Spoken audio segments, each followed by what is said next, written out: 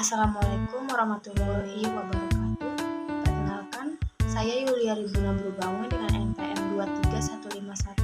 23151000008 akan mempresentasikan pokok pembahasan dari jurnal yang kelompok saya telah buat dengan judul Pengaruh Ukuran Perusahaan dan Kebijakan Hutang Terhadap Nilai Perusahaan pada Sektor Teknologi. Bagian pertama yaitu pendahuluan. Penelitian yang kelompok kami lakukan yaitu pada sektor teknologi. Mengapa sektor teknologi?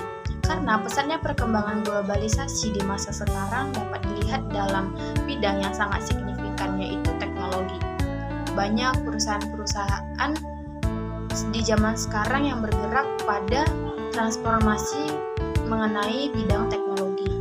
Karena bidang teknologi berpeluang dalam segala aspek perekonomian, baik itu nasional maupun internasional. Perusahaan juga pastinya memiliki tujuan, baik itu jangka pendek maupun jangka panjang. Sebagai salah satu tujuan jangka panjang perusahaan yaitu mempertahankan nilai perusahaannya, karena nilai perusahaan sangat berdampak pada keberlangsungan kegiatan operasional perusahaan tersebut dalam jangka panjang. Ukuran perusahaan dan kebijakan hutang mempengaruhi nilai suatu perusahaan.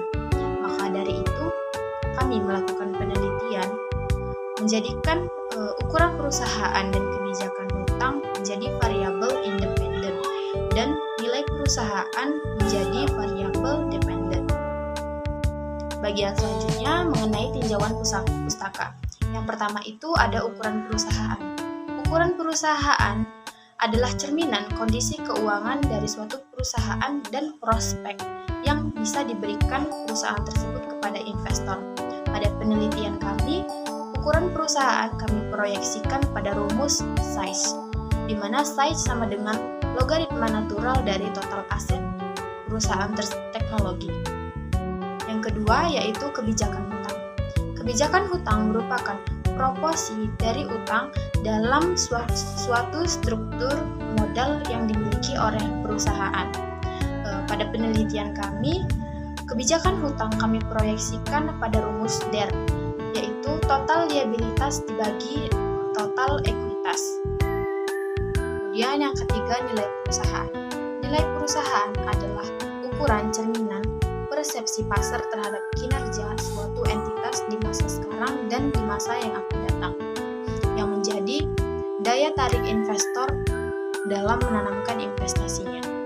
Pada penelitian kami, nilai perusahaan ini kami proyeksikan pada rumus PBV, yaitu harga saham per lembar dibagi dengan book value.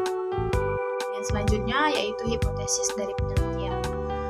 Pada penelitian ini kami memiliki 3 hipotesis. Yaitu hipotesis pertama, ukuran perusahaan berpengaruh positif signifikan terhadap nilai perusahaan. Hipotesis ini juga didukung oleh penelitian sebelumnya yang dilakukan oleh Selita dan Dermawan pada tahun 2024. Hipotesis kedua yaitu kebijakan hutang berpengaruh negatif signifikan terhadap nilai perusahaan. Hipotesis ini didukung oleh penelitian yang dilakukan oleh Aulia Rahma Kusnul Khotimah dan DKK pada tahun 2022. Hipotesis ketiga yaitu ukuran perusahaan dan kebijakan hutang berpengaruh secara simultan terhadap nilai perusahaan. Hipotesis ini didukung oleh penelitian yang dilakukan oleh Dwi Astuti dan Dilak pada tahun 2019. Bagian selanjutnya mengenai metode penelitian. Penelitian kami ini menggunakan metode kuantitatif, menggunakan aplikasi SPSS sebagai pengolah datanya. Data yang kami ambil yaitu data sekunder yang berasal dari web IDX atau Bursa Efek Indonesia. Untuk populasi, penelitian yang kami ambil yaitu perusahaan teknologi yang terdaftar di BII. Untuk laporan keuangannya yang kami ambil dari tahun 2020 sampai 2024. Kemudian sampel penelitian ini kami menggunakan metode purposive sampling. Kemudian data yang dihasilkan diuji outlier agar lolos uji asumsi klasik pada proses pengolahan data. Kemudian yaitu teknik analisis data. Pada penelitian yang kami lakukan menggunakan dua uji, yaitu satu uji asumsi klasik dan yang kedua uji hipotesis. Uji asumsi klasik ini terdiri dari uji normalitas, yang kedua uji multikolinearitas, yang ketiga uji heteroskedastisitas, dan yang keempat uji autokorelasi. Kemudian uji hipotesis yang terdiri dari satu uji parsial, yang kedua uji simultan. Bagian selanjutnya mengenai hasil uji asumsi klasik. Yang pertama yaitu hasil uji normalitas. Uji normalitas ini dilakukan untuk memastikan agar data yang menjadi model regresi penelitian ini sudah berdistribusi normal. Hasilnya dapat dilihat pada tabel one sample Kolmogorov-Smirnov test pada kolom asymmetric yang menampilkan nilai signifikan, di mana data regresi berdistribusi normal apabila nilai signifikannya lebih dari 0,05. Dan pada penelitian yang kami lakukan, nilai signifikannya yaitu sebesar 0,096 yang membuktikan bahwa lebih besar dari 0,05. Yang kedua yaitu hasil uji multikolinearitas. Uji multikolinearitas ini hasilnya dapat dilihat pada tabel koefisien yang berfokus pada nilai tolerance dan FIV, di mana nilai tolerance tersebut harus lebih dari 0,1 dan nilai FIV harus kurang dari 10. Pada penelitian yang kami lakukan, nilai tolerance dari variabel independent size dan DER sebesar 0,989, yaitu lebih dari 0,1, dan nilai FIV-nya 1,011, kurang dari 10, sehingga penelitian yang kami lakukan lolos uji multikolinearitas. Ketiga, hasil uji heteroskedastisitas. Untuk hasil uji heteroskedastisitas ini dapat dilihat pada chart scatter plot. Untuk lolos uji heteroskedastisitas ini, gambar yang ditampilkan harus menunjukkan titik-titik penyebaran data menyebar secara luas dan tidak mengumpul. Sehingga pada penelitian kami ini, gambar scatter plot yang ditampilkan menunjukkan bahwa data regresi ini lulus uji heteroskedastisitas. Keempat, hasil uji autokorelasi. Untuk hasil uji autokorelasi, syarat agar lulus uji autokorelasi ini adalah nilai Darwin-Watson harus lebih dari nilai DU, dan nilai Darwin-Watson harus kurang dari nilai 4 dikurang DU. Dan pada penelitian yang kita lakukan pada sektor teknologi ini, perolehan nilai Darwin-Watson sebesar 1,802, sehingga lebih dari nilai DU yang sebesar 1,5838, dan nilai Darwin-Watson sebesar 1,802 kurang dari nilai 4 dikurang DU sebesar 2,416, sehingga penelitian yang kami lakukan lolos uji asumsi klasik, uji autokorelasi. Setelah dilakukan uji asumsi klasik, maka akan masuk pada hasil analisis linear berganda. Pada analisis linear berganda ini didapatkan persamaan regresi, yaitu Y sama dengan min 4,72 ditambah 0,202 yang merupakan S1 dan ditambah 2,623 yang merupakan X2.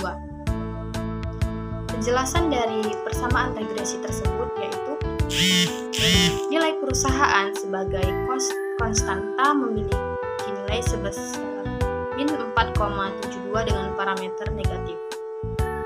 Hal ini mempunyai arti apabila variabel size X1 dan variabel DER X2 bernilai 0, maka perusahaan bernilai min 4,725. Kemudian, nilai koefisien size atau ukuran perusahaan sebagai variabel X1 sebesar 0,202 dengan nilai positif.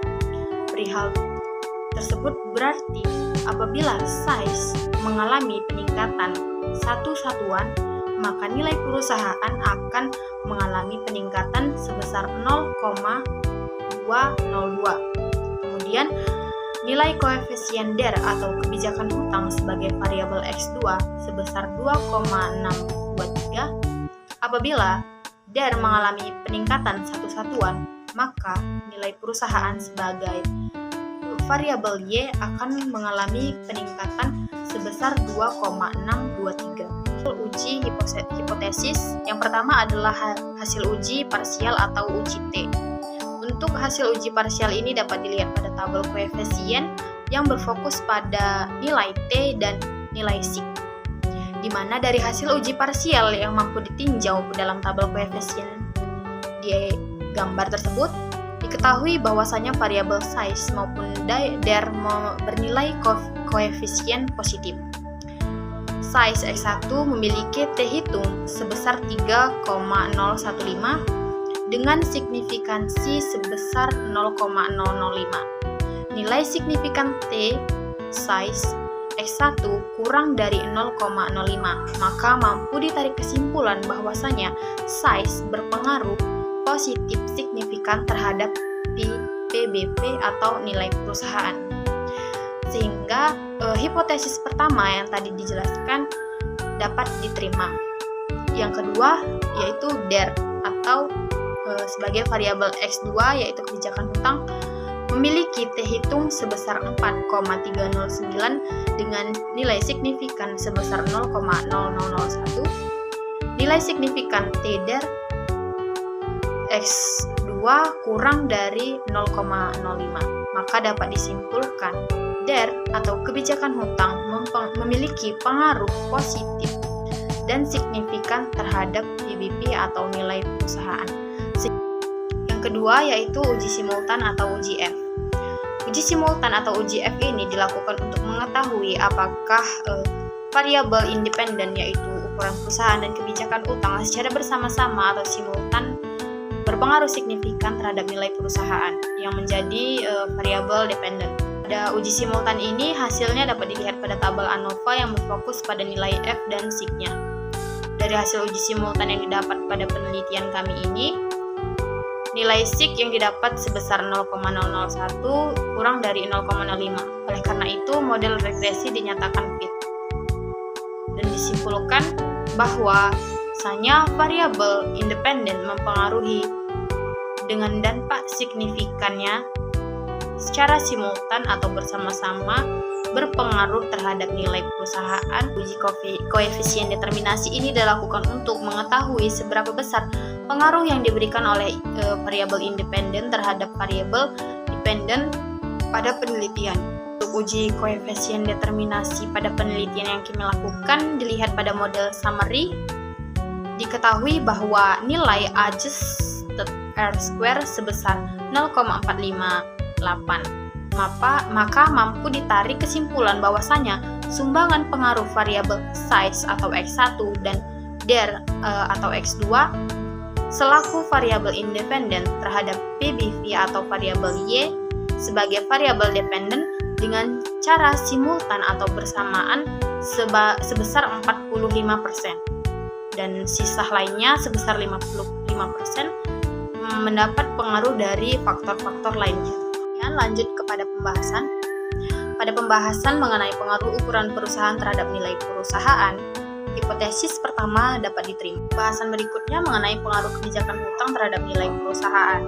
Sehingga kesimpulan yang didapatkan dari penelitian yang kami lakukan yaitu 1. Ukuran perusahaan atau yang diproyeksikan dengan size sebagai variabel X1 memiliki pengaruh positif signifikan terhadap nilai perusahaan yang diproyeksikan dengan PBP sebagai variabel Y.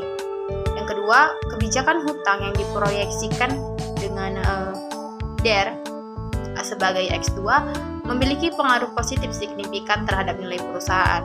Yang ketiga, ukuran perusahaan dan kebijakan hutang secara simultan atau secara bersama-sama memiliki pengaruh yang signifikan terhadap nilai perusahaan. Nah, presentasi yang dapat saya sampaikan dari jurnal dengan judul Pengaruh Ukuran Perusahaan dan Kebijakan Hutang Terhadap Nilai Perusahaan. Sekian dan terima kasih.